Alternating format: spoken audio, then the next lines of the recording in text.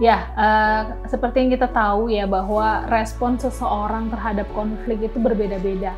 Ada yang memang dia itu fight ya, artinya memperjuangkan untuk penyelesaian masalah. Ada yang justru sebaliknya, menghindari masalah, kadang rela mengorbankan dirinya untuk terciptanya perdamaian.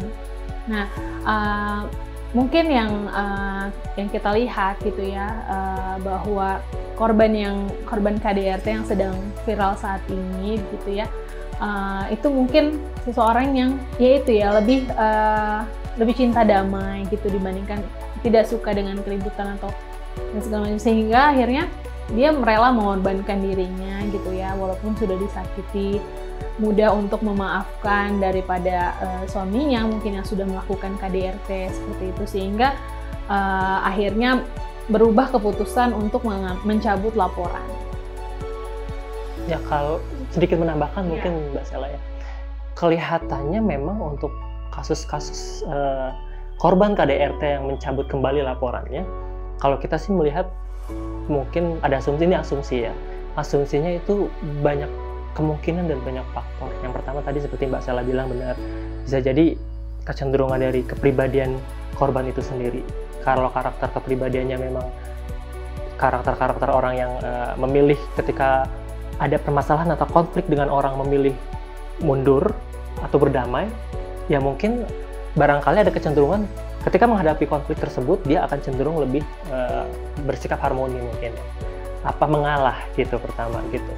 Karena mungkin ada pertimbangan-pertimbangan berkaitan dengan nanti bagaimana anaknya, nanti bagaimana keluarganya, atau mungkin karena personalitinya memang kecenderungannya kalau berhadapan dengan konflik itu selalu memang mengalah, menghindar ya, menghindar gitu. Terus yang kedua itu adalah faktor lain, misalnya mungkin finansial. Ada kasus-kasus lain yang misalnya berkaitan dengan secara finansial dia itu ada sisi dependen atau bergantung dengan misalnya si laki, suaminya gitu.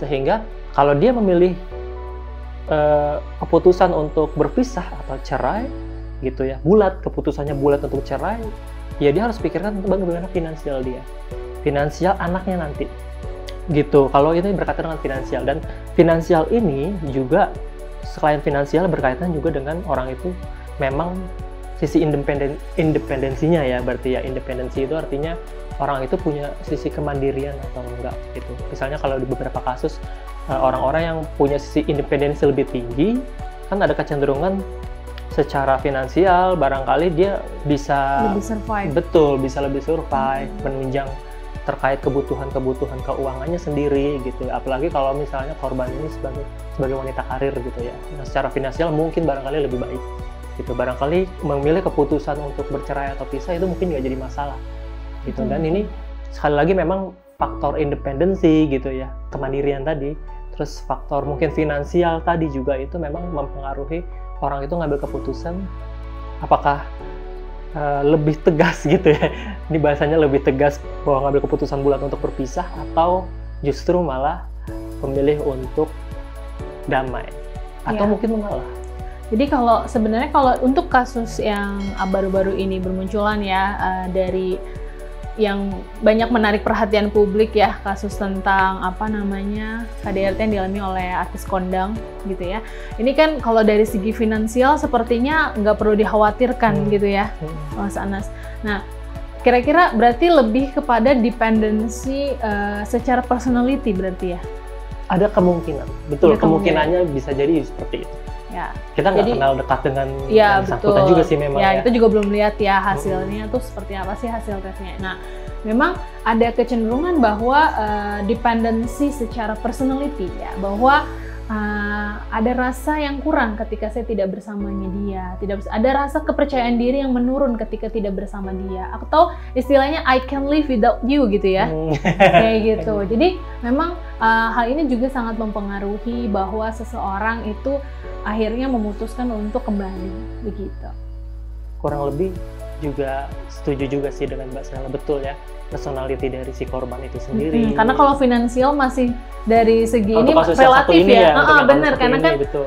tidak semua kondisinya bisa jadi malah perempuan yang lebih secara finansial lebih kuat misalnya gitu kan. Jadi akhirnya tapi kenapa masih memutuskan untuk kembali? Bisa jadi lebih kepada dependensi secara psikologis gitu ya, bahwa dia akan merasa lebih nyaman ketika ada dengan suaminya, atau lebih percaya diri, atau lebih merasa tenang gitu ya, seperti itu. Jadi dependensi ini suatu hal yang ini ya, jadi di garis bawahi di sini adalah dependensi. Jadi kalau yang independen gitu ya, ada banyak juga ya kasus-kasus sebelumnya gitu, public figure lain yang memang secara personality lebih independen. Mereka akan lebih struggling ketika dia memutuskan untuk menjadi single fighter untuk kehidupannya, seperti itu. Nah ini menarik sih ya, berarti ya kalau dari sisi aspek psikologis yang coba kita analisa, betul kan? Nah yang kita pengen tahu juga pendapat netizen di luar sana kayak gimana sih? Nah boleh nanti ditulis di komen ya. Gimana? Gitu. Ya. Nah hal yang menarik lagi mungkin dari sisi egosentrisme atau harga diri, betul ya Mas Anas. Itu harga diri seseorang tuh juga menentukan apakah dia akan mempertahankan value-nya dia atau mengorbankan dirinya tadi seperti yang kita sampaikan ya. Jadi ini juga hal yang penting karena gini Mas Anas, di luar sana pasti banyak juga yang korban KDRT yang masih berdiam diri gitu ya, menerima kondisinya, dia bingung harus bagaimana gitu ya, karena memang ya seperti yang pengalaman yang pernah saya alami juga dalam mendampingi teman yang mengalami kasus ADRT, memang hal itu hal yang sangat sulit untuk melepaskan kaitan dengan suami yang melakukan KDRT, terlebih tadi dengan personality yang dependent gitu ya, jadi inferior begitu ya Mas Anas, terkait dengan personality-nya tuh suaminya lebih superior dibandingkan dia gitu, sehingga itu hal yang sulit untuk keluar. Jadi ada hal-hal yang memang penting ya untuk dimiliki oleh seorang wanita agar terhindar dari perlakuan KDRT dari orang lain.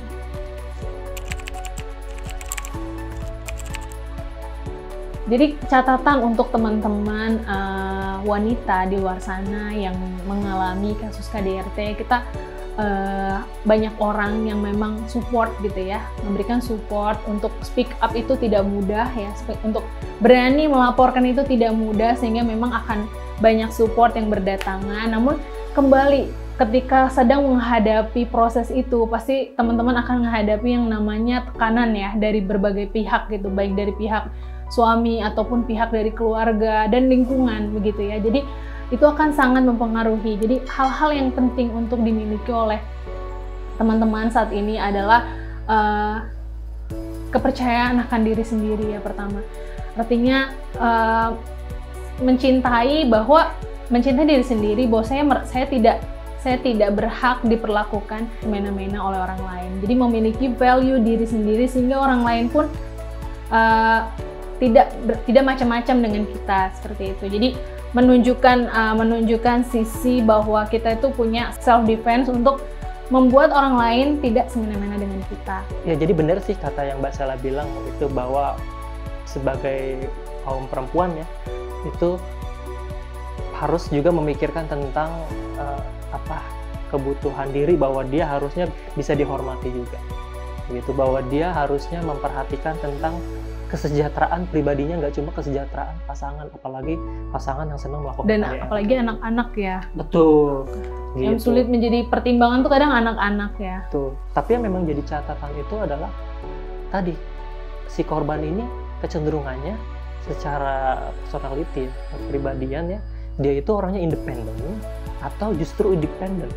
Terus ketika ngadepin konflik dia punya harga diri yang tinggi. Saya kalau ditekan atau diperlakukan semena-mena, bahwa saya tidak mengalah ya, tidak mundur gitu aja, atau justru malah mencoba untuk tegas. Agresif itu kan orang kan beda-beda.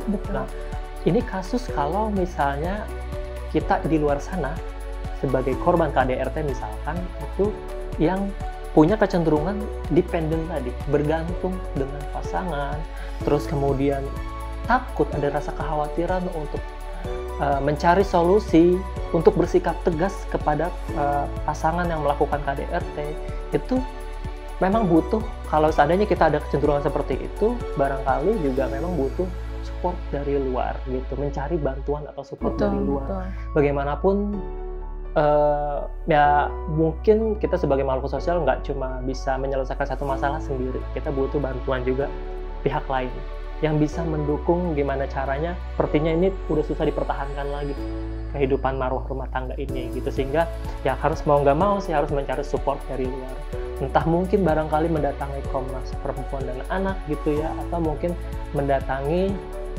komunitas atau lembaga-lembaga lain yang setidaknya bisa membantu penyelesaian masalah ini. Untuk tambahan, untuk para perempuan, para teman-teman perempuan di luar sana yang mempertimbangkan anak gitu ya, mempertimbangkan anak dalam mempertahankan hubungan, apalagi di sini pada khususnya kasus KDRT begitu ya. Jangan sampai dengan dalih untuk anak jadi mengorbankan diri seperti itu, karena kondisi mental seorang ibu itu sangat mempengaruhi mental anak seperti itu. Jadi ketika misalnya teman-teman tidak bahagia, maka anak-anak pun tidak bahagia. Hal itu justru akan semakin merusak mental anak seperti itu. Jadi cinta damai boleh, namun tetap harus diiringi dengan cinta diri sendiri. Semoga semakin banyak korban-korban KDRT yang tertangani dengan baik, dan juga banyak anak-anak yang terhindar dari permasalahan mental diakibatkan oleh KDRT dari orang tuanya. Jika video ini menurut kalian bermanfaat, jangan lupa untuk like and share video ini ke orang-orang sekitar kalian.